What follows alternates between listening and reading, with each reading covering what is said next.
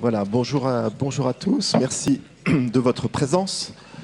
Même exercice, même punition, si j'ose dire, en termes de délai et de concision.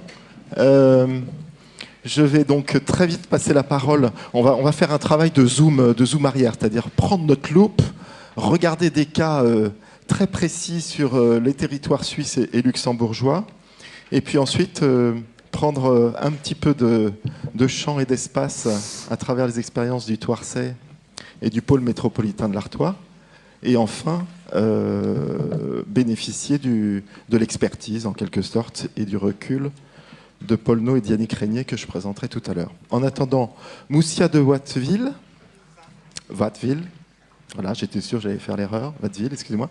Vous êtes coordinatrice de l'espace Découverte Énergie sur le territoire donc de Mont-Soleil, mon cousin, la commune de Saint-Imier. Vous allez nous raconter votre expérience au long cours engagée dès le début des années 90.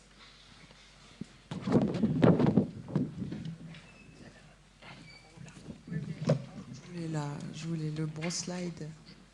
Bon, alors là, ça vous situe. Ça, c'est moi. Et voilà. Je mets, bonne Suisse que je suis, je mets mon minuteur. Voilà, 13 minutes. Donc 13 minutes pour 30 années, ça va être un petit peu le stress. Présentation, donc l'espace que nous gérons se situe dans un espace vallonné, c'est le Jura plissé, donc c'est le canton de Berne, mais Jura géographique. Et l'histoire démarre il y a 30 ans, lorsque un promoteur a l'idée de développer une centrale solaire quelque part en Suisse. Et sa première idée de s'éloigner des nuages et du brouillard, c'est d'installer cette centrale dans les Alpes. Ça passe très mal parce que les Suisses sont très sensibles à leur paysage et il obtient une réponse négative des régions dans lesquelles il se rapproche. Par contact entre promoteurs électriques, il fait la connaissance de quelqu'un qui travaille chez les forces motrices bernoises. Actuellement, c'est BKV, donc on parlera plus tard des BKV, qui lui propose de s'approcher du monde rural, d'un lieu prémonitoire qui est une montagne et un lieu dit qui s'appelle Mont-Soleil. Et là, il se rapproche de la population, d'une commune bourgeoise qui est d'accord de louer son terrain. En fait, il propose d'établir une centrale de recherche qui devient la plus grande d'Europe à ce moment-là, donc au début des années 90. Il y a, je ne suis pas très bonne dans les chiffres, mais il y a 4500 mètres carrés de panneaux photovoltaïques sur 20 000 mètres carrés. C'est l'image que vous avez là. Le terrain est loué de 10 ans en 10 ans. Ça sert de pâture aux moutons parce que le monde agricole est un peu réticent en fait, à donner cette parcelle à du solaire. Et puis on décide que dans les années 2010, on démontera cette centrale solaire, ce qui ne sera pas fait. Elle est toujours là parce qu'en fait, on s'est rendu compte que les panneaux solaires ont perdu très très peu de leur productivité et c'est devenu une centrale de recherche qui a de la valeur parce que c'est une des plus vieilles en Europe qui a cette importance.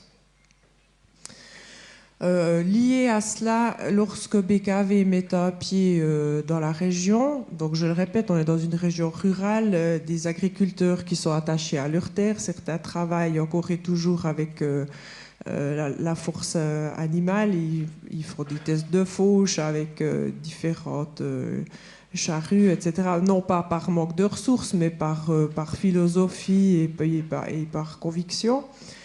Donc BKV étant sur place, il propose également d'implanter des éoliennes. Alors la réaction de départ, c'est non, ça va porter atteinte à nos paysages. Pourquoi chez nous et pas ailleurs? Alors un des arguments, c'est de dire que sur les premières chaînes qu'on voit depuis le plateau suisse, ça serait trop moche, donc on les met chez vous. Puis là, ça passe un petit peu mal parce qu'on dit, ben voilà pourquoi chez nous, hein, on veut protéger les paysages ailleurs, mais on va mettre ces éoliennes chez nous, vous êtes fous. Mais qu'est-ce qu'on a à y gagner si vraiment on va installer ces éoliennes chez nous? Et pourquoi on jouerait le jeu? Ça, c'est c'est la réaction des agriculteurs. Donc suite à ces oppositions, il faut bien voir qu'il s'est passé, je crois, entre le début des discussions et la première éolienne qui est implantée environ 6 ou 7 années. Ça veut dire que les gens sont venus, ces promoteurs sont venus sur place, ont discuté avec tous les agriculteurs pour leur expliquer ce qu'on pourrait faire ensemble. Ils ont fait de nombreuses tables rondes. Et là se développe une idée de développement touristique, de Saint-Imier pour monter à Mont-Soleil, un funiculaire. Alors on propose d'alimenter ce funiculaire en énergie renouvelable. On a déjà le centre photovoltaïque, la centrale photovoltaïque. On dit que si on a de l'éolien en plus, ça peut devenir... je regarde mon timing, non ça va plus. Ça peut devenir un attrait touristique, une marque, une marque locale, quoi, de faire cela. Donc on met sur pied un triangle touristique. Vous montez en funiculaire à Mont-Soleil, on développe un sentier touristique et puis vous pouvez redescendre en bus sur Saint-Imier. On va développer ça, le triangle d'or, l'office du tourisme est contacté. Si on crée un sentier, on va vous apporter des touristes. Vous pouvez mettre sur pied des chars attelés. Chaque propriétaire de terrain qui a une éolienne recevra quelque chose, des promoteurs. Donc les gens tout à coup voient, ah ouais, c'est vrai que ça pourrait être sympa, ça met notre région en valeur. Ils deviennent acteurs en fait de ce développement. Et chaque année, en fait, on essaye de trouver une nouveauté pour attirer plus de visiteurs, parce que du coup, les restaurateurs ont vu un attrait, les agriculteurs ont un intérêt économique aussi. Et en fait, au début, on leur a promis que, mais attention, on veut bien développer du tourisme, mais du tourisme doux, dans le respect de l'environnement. Parce que les agriculteurs, ce dont ils avaient peur, c'était de voir des gens partout dans les prés. Il y a des endroits où il y a des vaches mères avec des taureaux, alors il fallait éviter les accidents. Là, j'ai mis une slide, c'est en fait ce qu'on a appelé en Suisse un docker, c'est un char attelé avec une assistance électrique. Et puis ça a aussi fait le buzz pendant 2 ans. Après ils l'ont arrêté parce que là c'était vraiment le modèle de départ qui était un petit peu dangereux à l'usage. Mais voilà, au lieu d'atteler 2 chevaux, on en attelait qu'un. Et puis les chevaux se fatiguent moins. Et puis la balade est assurée sur la partie arrière. Donc là, c'est vrai, il ne faut pas nier que BKV derrière a assumé cet aspect d'apport économique sans lesquels on n'aurait rien pu faire. Le temps passant, un des initiateurs de cette idée se dit, mais moi, il faut que je passe le témoin plus loin, parce que moi, chez BKV, j'ai cette envie, j'ai cette idée, mais je ne suis pas sûr que ceux qui vont venir après vont continuer à développer la région. Donc l'idée, elle est de passer le témoin aux communes. Et depuis 2012, en fait, s'est créée une association qui s'appelle Espace Découverte Énergie, pour laquelle je travaille. Et cette fois-là, c'est vraiment les communes de la vallée qui prennent le relais, qui prennent les décisions, qui siègent au comité et qui développent, qui reprennent en fait cette idée de base et qui sont vraiment à l'initiative maintenant de tout ce qui se développe. C'est un peu le stress, à 13 minutes, je vous l'avoue. Donc, la région, en plus, on s'excuse toujours un petit peu, les Suisses, on n'a pas tellement la fibre touristique, en tout cas du coin d'où je viens, mais on a comme partenaire Longines, la Camille Bloch, qui est une usine de chocolat, les fromages de la Tête de Moine, et on va chercher tous ces partenaires pour leur dire, voilà, on vous fait de la publicité, il y a des visiteurs qui viennent, est-ce que vous êtes intéressés à participer à cet espace et en fait, par contact, voilà, on est une petite communauté, tout le monde connaît tout le monde, réseautage, tout le monde se sent impliqué et heureux de participer à ça. Donc, du coup, on a le plus grand parc éolien de Suisse, c'est une particularité. Il y a ce centre photovoltaïque qui était le plus grand d'Europe, qui est toujours là parce qu'il est lié à la recherche. Et on a tous ces partenaires qui jouent le jeu. Et on crée en 92, pardon, un sentier dans le Vallon qui est plus lié à l'énergie hydraulique. On a des centrales hydroélectriques. Le parc éolien se développe. Chaque année, on organise des portes ouvertes où il ne fait pas toujours beau. Il y a un observatoire astronomique qui a été construit. Donc ça se développe, il y a toujours plus de choses. On a énormément de visiteurs toute l'année.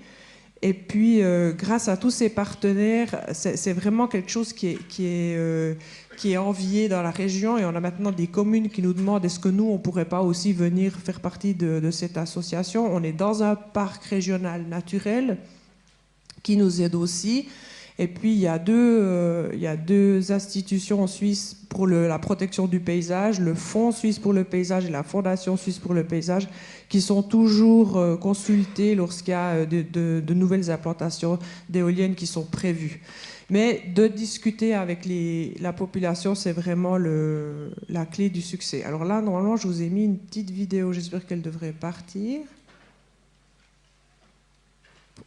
Technique au secours. On m'a dit de presser 2 fois. Ah non, ben elle n'est pas là. Donc, voilà. Donc, si elle n'a pas le son qui va avec, je vais vous le faire moi. Donc là, vous voyez là, je ne chanterai pas, c'est promis. La centrale solaire, vous la verrez après à droite, là, elle redémarre.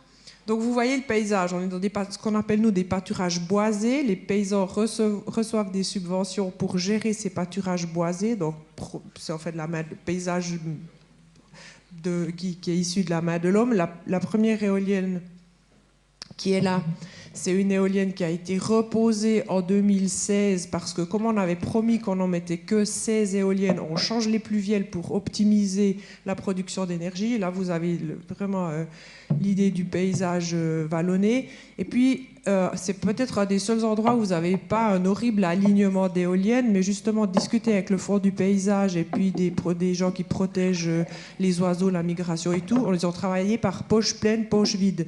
Ça veut dire qu'il y a des endroits du paysage où vous regardez, vous ne voyez pas d'éoliennes. Il y a des endroits où vous regardez, vous allez en voir 3.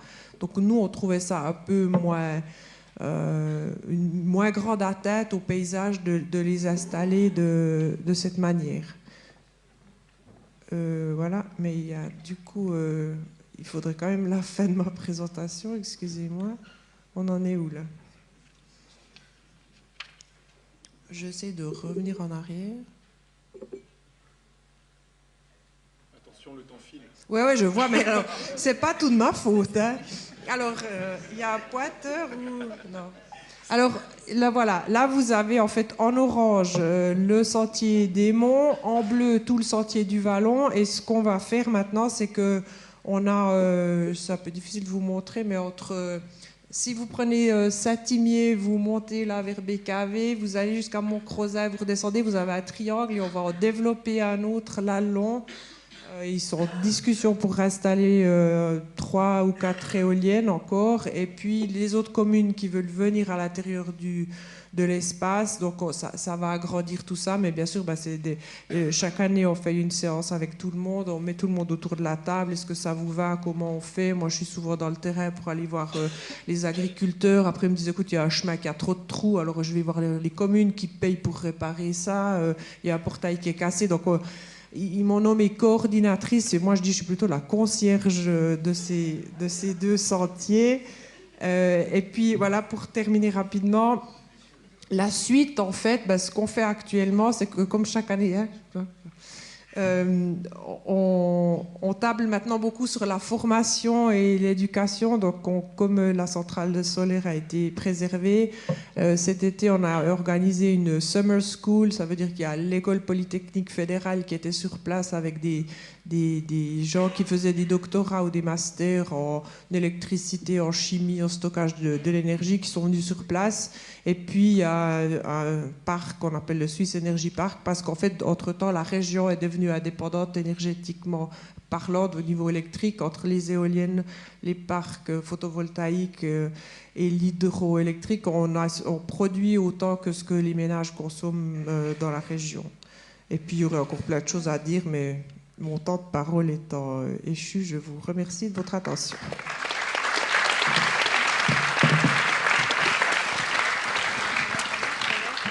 Merci.